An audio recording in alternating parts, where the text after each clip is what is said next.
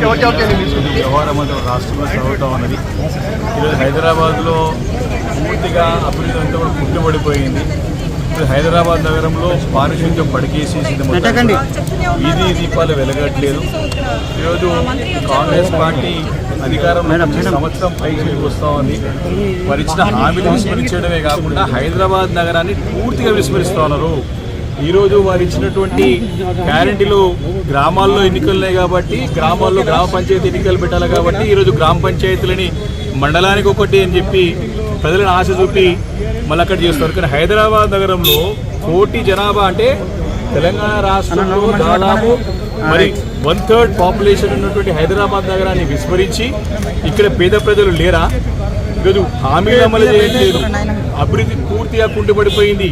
BRS హయాంలో కేసీఆర్ గారి నాయకత్వంలో కేటీఆర్ గారి సారథ్యంలో హైదరాబాద్ నగరాన్ని విశ్వ నగరంగా గుర్తింపు తీసుకొచ్చి కొన్ని లక్షల కోట్ల రూపాయలు పెట్టుబడులు తీసుకొచ్చి కొన్ని లక్షల ఉద్యోగాలు క్రియేట్ చేసినట్టు ఘనత బీఆర్ఎస్ పార్టీకి.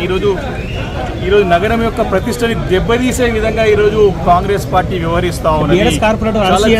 చాలా అన్యాయం ఇది, అప్రజాస్వామికం. ప్రజలతో ఎన్నుకోబడ్డటువంటి కార్పొరేటర్ల హక్కులను కాలరాస్తా ఉన్నారు. తమ ప్రాంతాల్లో నిధులు కేటాయించట్లేదు. మేము కట్టిన పన్నులు రూపాయల డబ్బులు మా డబ్బులు మాకు ఇవ్వండి అంటే ఇవ్వట్లేదు.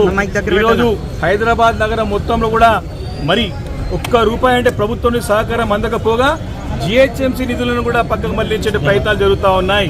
గతంలో ఎంతో ప్రతిష్టాత్మకంగా బీఆర్ఎస్ పార్టీ ప్రారంభించినటువంటి ప్రాజెక్టులు ఎస్ఆర్డిపి కానీ ఎస్ఎన్డిపి కానీ సిఆర్ఐపి మెయింటెనెన్స్ కానివ్వండి డబ్బులు కేటాయించకుండా ఈరోజు తీవ్ర హైదరాబాద్ నగరానికి అన్యాయం చేస్తూ ఉన్నారు.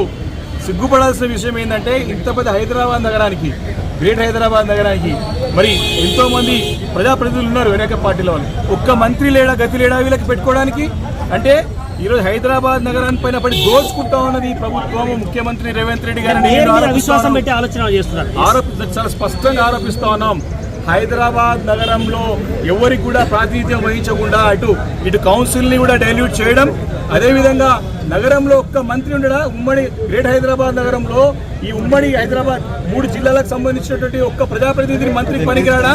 అంటే ముఖ్యమంత్రి గారి ఆజమాయిషి తన పెత్తనం చెలాయించడానికి, తన దందాలు చేసుకోవడానికి, తన అన్యాయాల అక్రమాలు చెలాయించడానికి ఈరోజు ప్రాతినిధ్యం లేకుండా హైదరాబాద్ నగరాన్ని విస్మరిస్తా ఉన్నాడు. ఇది ఒక ఉదాహరణ మాత్రమే.